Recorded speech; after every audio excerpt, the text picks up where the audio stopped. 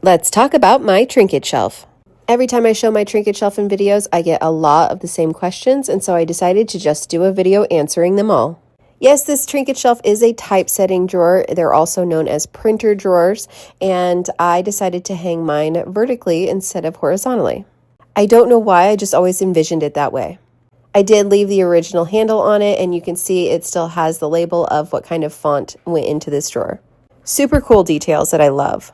The size is approximately 15 by 30, and it's about 1.5 inches deep, which really does kind of limit the kind of trinkets I can put on it.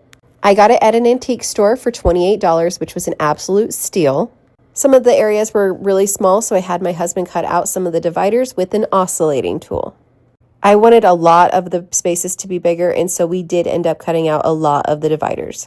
Any space that isn't super narrow like this one, we probably cut out a divider. I have absolutely no regrets. I love the bigger spaces. Not only does it allow for more items, but it's much more visually interesting, I think.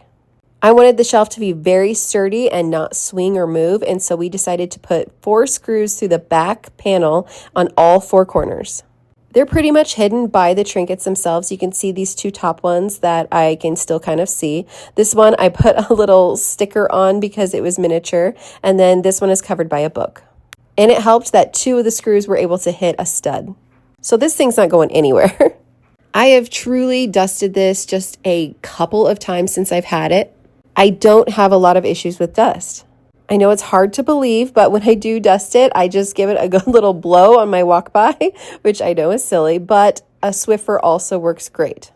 We do live by a field, so we get our fair share of dust, but we also have an air purifier in this same room, so I'm sure that helps.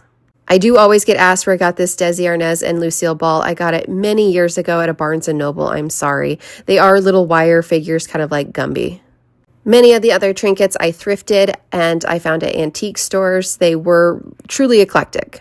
And just like Where's Waldo, I swear Muffin always finds her way into every video, even this one.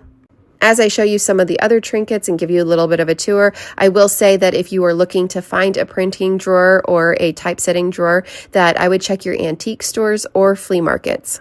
You may also want to check Marketplace. $28 was a steal, but she had several that she was trying to move, so I think that price was better. But I know on Marketplace you can see them up to $100.